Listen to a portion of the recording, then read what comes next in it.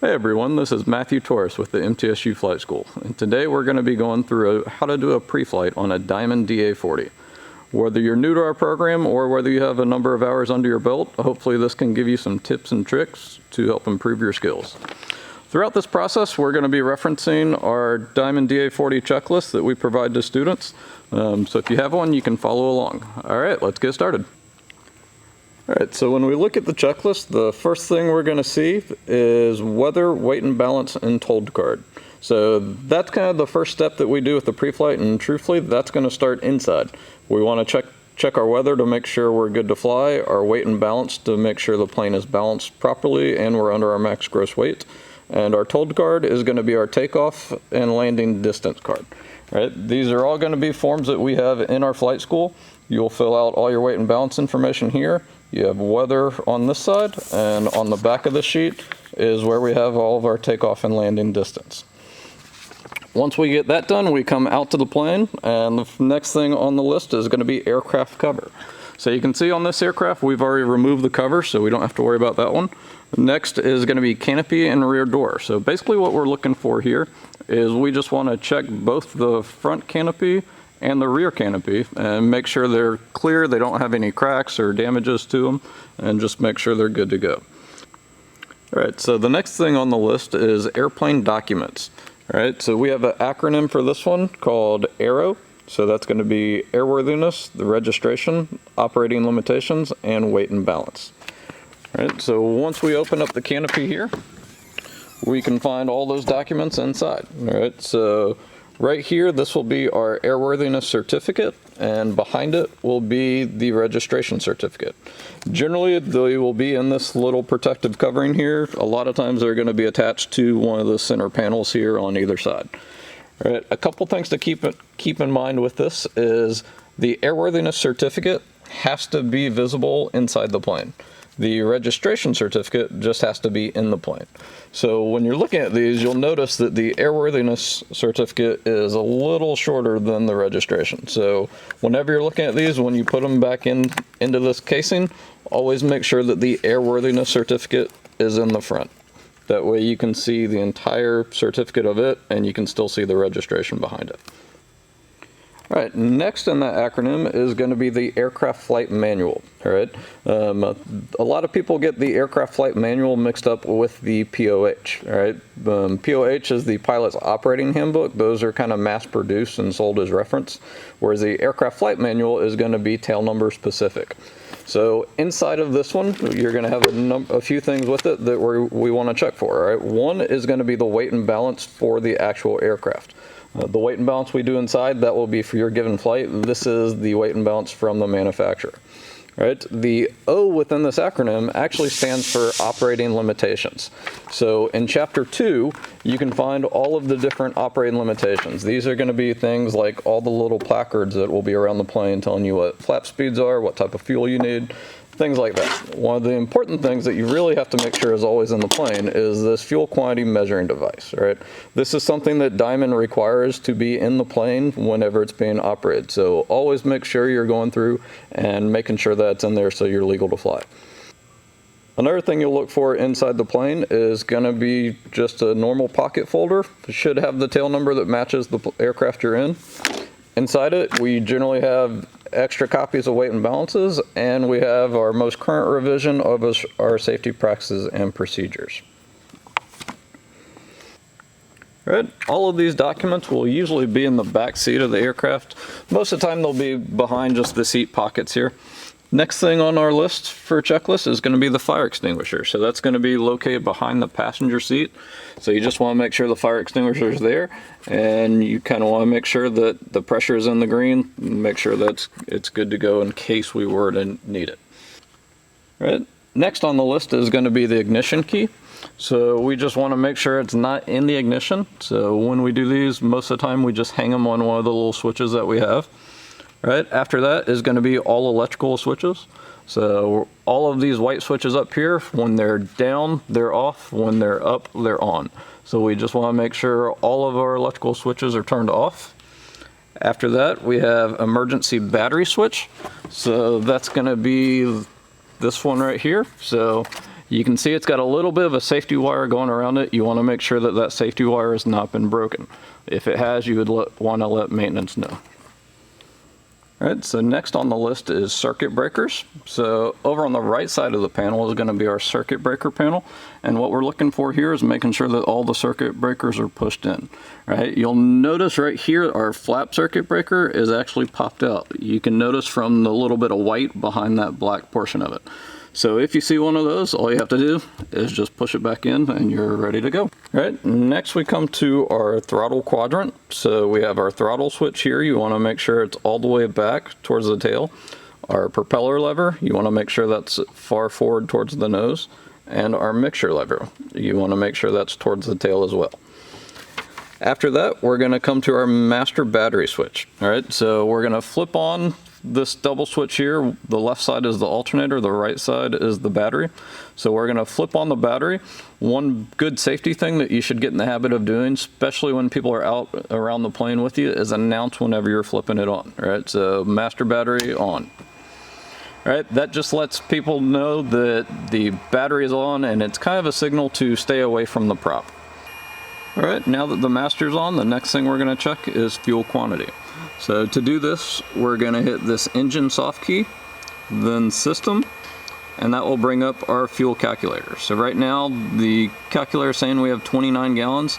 We generally top off before every flight, so we're going to come over to here. We can either decrease, increase, or reset. So we're just going to do reset, which will put us back up to 40 gallons. Personal preference here, but a lot of people will usually decrease the fuel by either 1 or 2. Again, up to you on what you want to do. Talk with your instructor and they'll kind of work you through what works for you. Next thing on the list is going to be our fuel pump. All right, so for this one, we're going to flip this fuel pump on right here. You should be able to hear it kick on. And that's what we're checking for. We basically want to hear that noise. That lets us know that the fuel pump is working properly. All right, so next we're going to check the lights. So up on this top row, we have the landing light, taxi light, position lights, and strobe lights. So we're going to flip them all on and check to make sure that they're all working. So you can do them all at once, and then you'll walk out to the wing to check and make sure they're working. For ease of the video, we're just going to check them from here. So you can see that flashing light there is our strobe light on both sides of the plane. Right, the landing light and taxi light are right here. So the landing light is the one closest to the canopy. The taxi light is the one closest to the wingtip. Next, you have your position lights, which are out on the wing. So on these one, you'll have a couple lights. So you'll have red on the front, you'll have white in the back.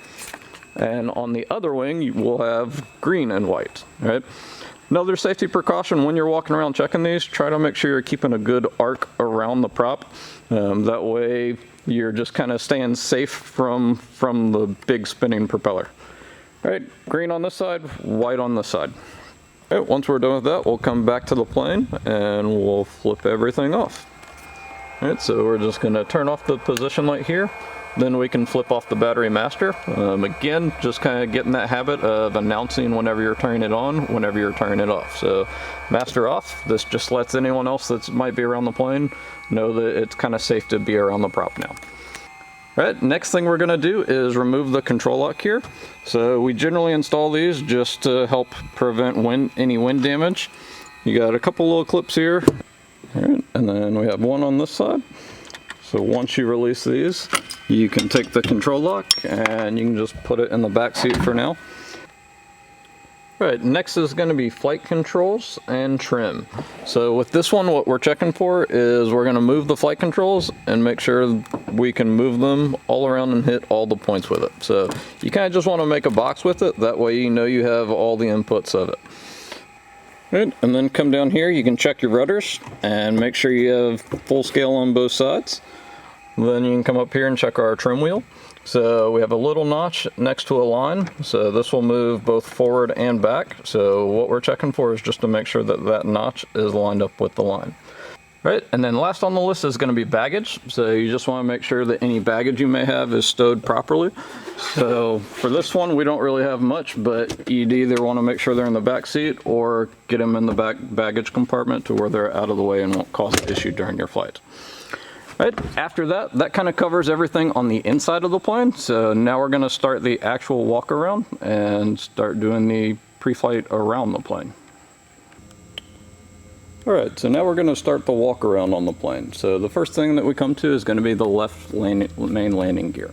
So for this one, we're checking the landing gear strut. We just want to make sure, kind of do a visual inspection, make sure there's no cracks, no damages or anything like that.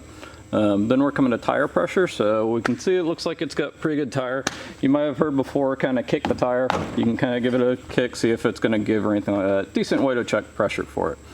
All right, tire condition, we're checking to make sure it's got good tread, making sure there aren't any defects or anything on the tire. The main thing we're going to be looking for is what's called cord.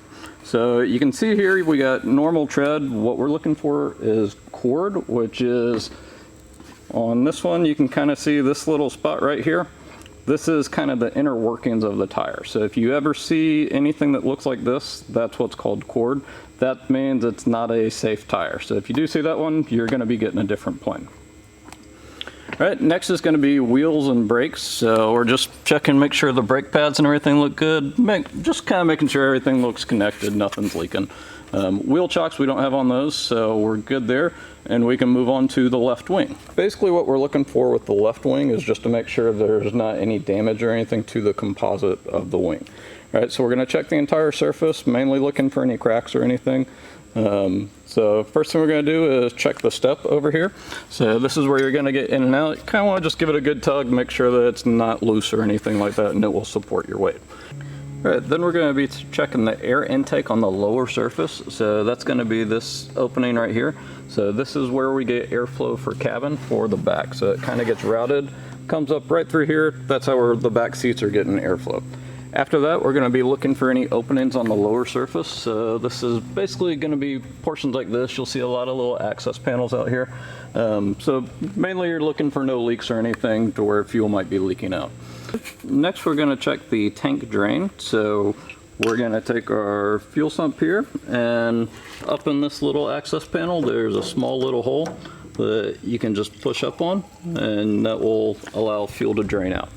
All right, so what we're checking for here is we want to check the color, make sure that it's a blue tint. You don't want to see any debris or any water floating around. So using it up against the backdrop of the plane is a really good way to kind of see the color of it. All right, if it's a clean sample, you can put it back in the plane. If it were a dirty sample, then you just want to throw it out. All right, right here I have just a jar with some fuel and water in it. So water weighs more than what the fuel does, so you can see that that water sinks down to the bottom, and you can see that very definite line of where your fuel is. So that's kind of one of the big things that you're wanting to be looking for, is making sure you don't have any water in it. All right, after that, then we come down to the stall warning horn. So as you're looking at the wing, we come to this little small portion right here. This is our stall warning horn, all right? So basically as we're flying, airflow is gonna come up and create a suction in here. And when that happens, you are gonna get an alert inside the cockpit. So what we're looking for here is making sure it's free, clear debris. You have little testers for it, so you can get a tester like this, and basically you can create suction on it, and you should be able to hear the horn inside the plane. Right, so that's kind of one way to test it. A lot of times you can just get by looking and make sure that it's clear debris and nothing's blocking it. All right, once we're done with that, then we're going to check the tank filler. So for this one, we're going to go out to the wing. This is where we can top the plane off. So it tells you right here a couple good things. Is it tells you the type of fuel it takes and the overall capacity of it. So to open it, you're just going to pull up on this tab, twist it, and then kind of pull out on it, right? Once you look in there, kind of hard to see on camera, but you should be able to see the level of fuel in there. If you do see fuel in there, it means you have at least 17 gallons worth of fuel, right? So we always generally try to take off with them topped off. So if it was something lower than that, you'd want to give dispatch a call and have them come out and top you off. Right, when you're putting this back on, it can fit in a variety of different positions, but we always try to make sure that everyone, when you're putting it back, puts it with this little portion facing backwards, right? And the reason for that is you got the leading edge of the wing right here, so all this airflow can come back, and it kind of keeps this tab pushed down through the whole time. All right, after that, we're going to be checking stall strips. So we have 2 stall strips on the plane. One's going to be right here on the wing root, and then the other one is going to be out here on the wing tip. So the purpose of these two is it kind of changes the aerodynamics of the wing, and it creates to where the airflow over the wing tip here is going to stall after the wing root does. The benefit is with that is it kind of delays the onset to where even in slow speed configurations we still have that aileron authority. All right, next we're going to check the pitot and static probe. All right, so this is going to be underneath the wing. So this part right here is our pitot mast. So this is what we're getting pitot static instrumentation from. So right here on the front, you can see there's a small little opening. So that's going to be our ram air port. So that's where airflow is going to come in to help give us our airspeed indication. On the very back, you'll see another little small hole. So that's going to be our static port. And then down on the bottom here is going to be another one, which will be the drain hole. So if any moisture or water got in there and froze, this is just allowing a place for it to exit. So you always want to make sure that all three of those openings are clear. They're not blocked or anything, because if they are blocked, you're not going to get the proper indication. All right, next thing we're going to do is check on the landing light. So basically what we want to do here is essentially just making sure all these screws are in, making sure there's no crack on the plexiglass here, make sure everything looks clear and free of debris. After that, we're going to check the wingtip, our position lights and strobes. So we're going to come out here with the wingtip and just make sure our strobe lights and position lights are good, make sure there isn't anything broken, no screws missing, anything like that. All right, then we're going to come and check on the static wicks here. So these are basically to help dissipate electricity or any static charge that might build up as we're flying through the air. So that's why they're kind of out away from the wing. They kind of act like lightning rods on the house. It's just a way to safely dissipate any static charge that might build up while we're flying.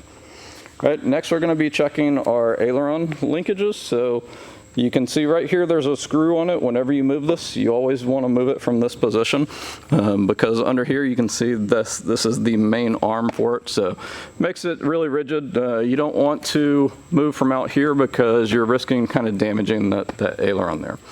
All right, so main thing we're looking for here, we got a bunch of linkages here. You generally want to have a little bit of play on this one. Make sure these little wires are connected. Over here, this is the counterbalance of the wing. So this helps keep a neutral position on the wing as we're flying.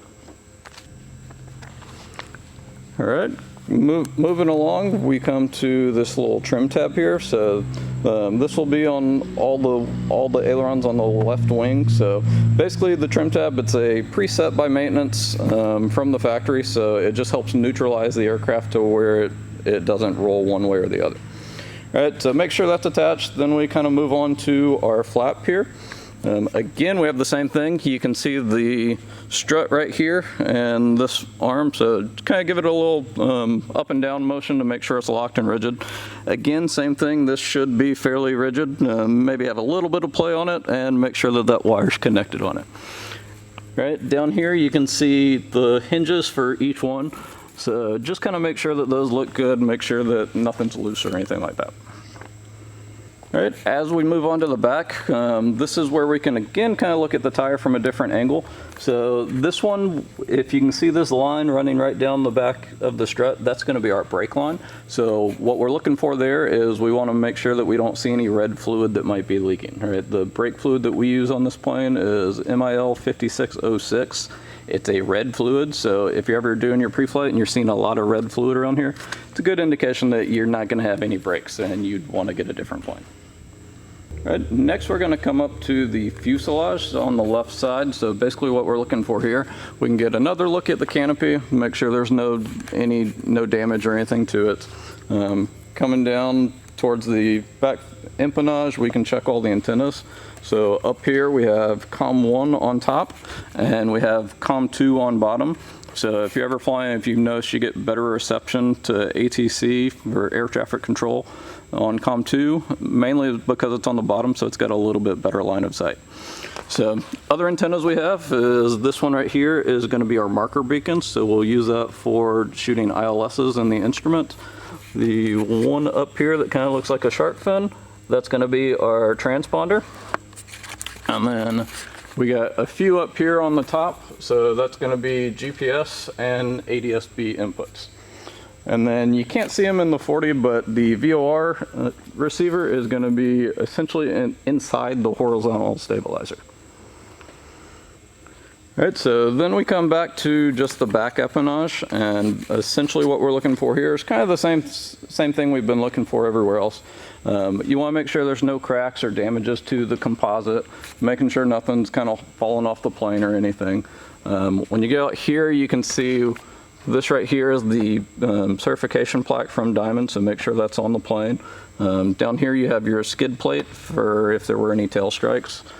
Up here, then we're going to check our rudder. Right, so we have more static wicks here, more trim tabs. Down here you have basically the rudder connector cables that are coming from up front. So you can, if you're going to move it, you can kind of do it from the bottom. Just be kind of gentle with it, but you want to make sure it has good play on both sides and make sure both of these cables are connected. Right. Up top, then we have our elevator. So again, we got more static wicks out here on each edges of them. And all right, give this kind of a good play here. You can test and make sure you have movement on the controls. All right, and then once we kind of move around, again, we're just gonna continue to kind of look for about the same stuff on the opposite side. So still looking for any damages, any cracks to the surfaces, just making sure everything looks clean, nothing looks out of place.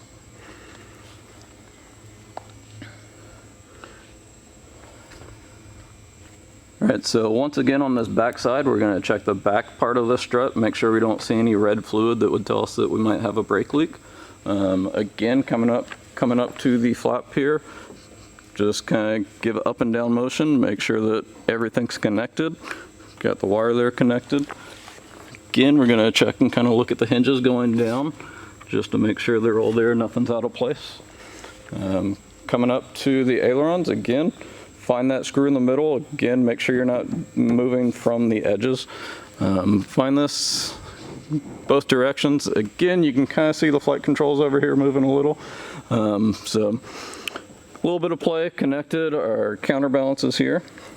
Coming back around, we got more static wicks. So overall, the static wicks, we have 7 on the plane. So we have 2 on each one of the wings and 3 on the tail. All right, strobe lights looking good. Coming around the front side of it. And again, just going back to looking at the leading edge, making sure everything's good.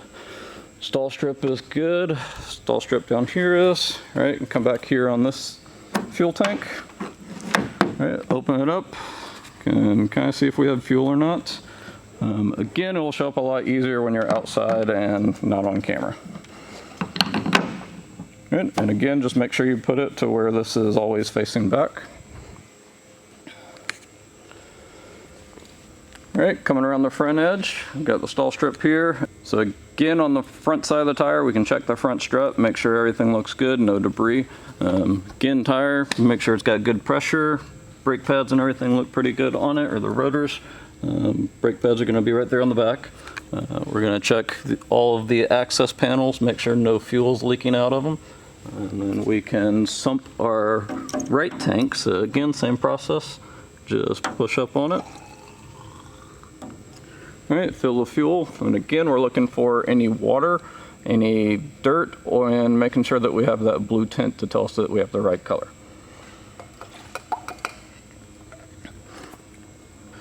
All right, then we can come and check the step again, make sure it's on there rigid and it can support our weight. On this portion right here, this is our outside air temperature probe, so that's how we're gonna get temperature readings when we're flying. And then these symbols right here, that just tells you that this is a grounding point. So right here, this is a grounding point for when dispatch is getting fuel or wherever you're getting fuel. All right, underneath the fuselage here, you have what's known as the gasculator. So this is just another place to sump the fuel, all right? This is gonna be the lowest point on the fuel system. Still checking the same thing, no water, no debris, and we got that blue tint to it. Right, whenever you're sumping the tank, you always want to do the wings first and then that gasculator last, because this is the lowest point on the fuel system. So if you were to do this one first and you did have water in the tanks, you might draw that water out to where then when you sump the tank, you're not going to notice it. So always good to do this one last. All right, then we come up to the front fuselage. So basically what we're gonna look here is make sure that we have this one air inlet here. Again, this is gonna be where we're getting air for the cockpit, so make sure that that's clear, free of debris. This access panel right here, if you ever had to get a jump off because your battery's dead, this is where maintenance would plug in to give you a jump start. Access panel up here is gonna be our oil, so kind of unscrew it. Generally what we're looking for is 6 quarts of oil when we go and fly. So unscrew it and you can kind of maybe zoom in and all right, you can see the 8 there, the 6 is probably right about where the cowling is. So again, kind of hard to see on camera, but it is a little above 6, so we would be good for that. Once you're done with that, just screw it in. Try not to make this super tight, because once the engine is on, it's going to build up its own pressure, and that makes it really difficult to get off for future people flying it. All right, so then we're going to go to the front of the plane and check out the spinner and prop. So with the spinner, this is the big shiny part. We want to make sure that all these screws are attached and none of them look loose or anything like that, so those look good. The cowl plugs, we can remove all these, so we have one here, and one here. These are all things that help block the intake, mainly to prevent birds from nesting or anything like that.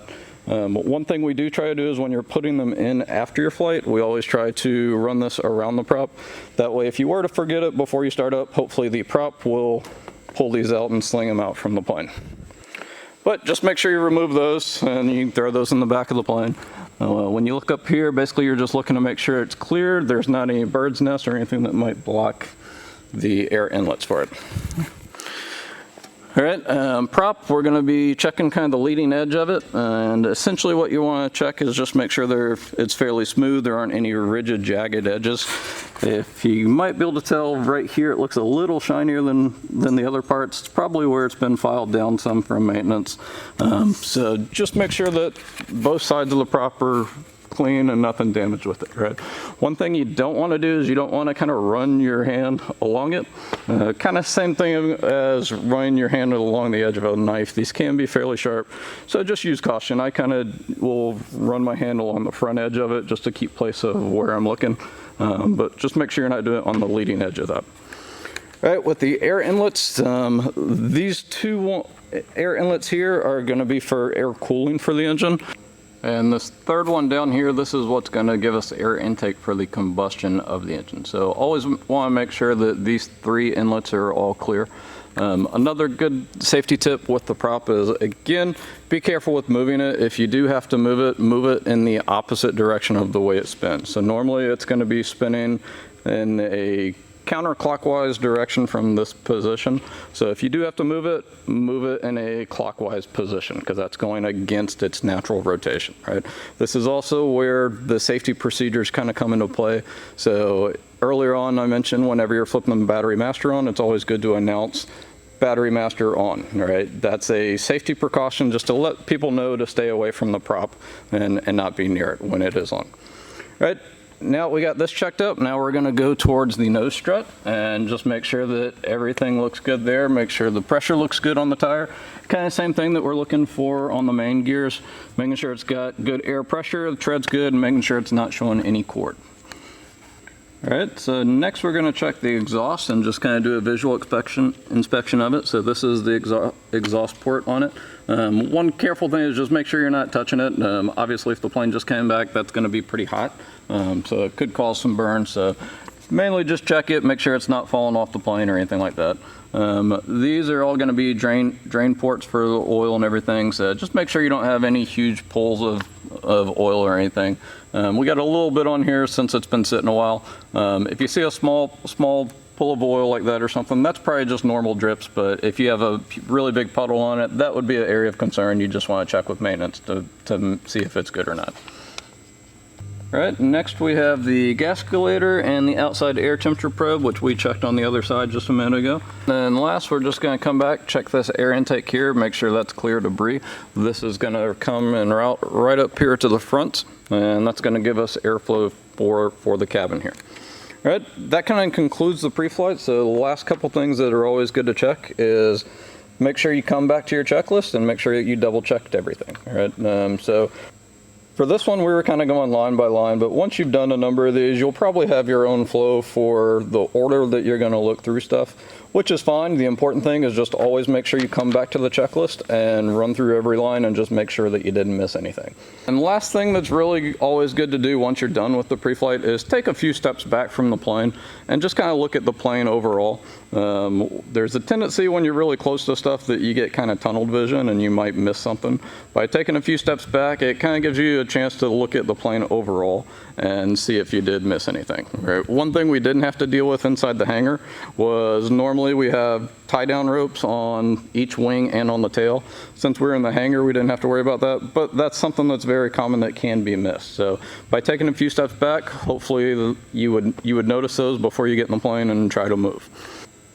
All right, so that concludes this video on how to do a pre-flight on a Diamond DA40.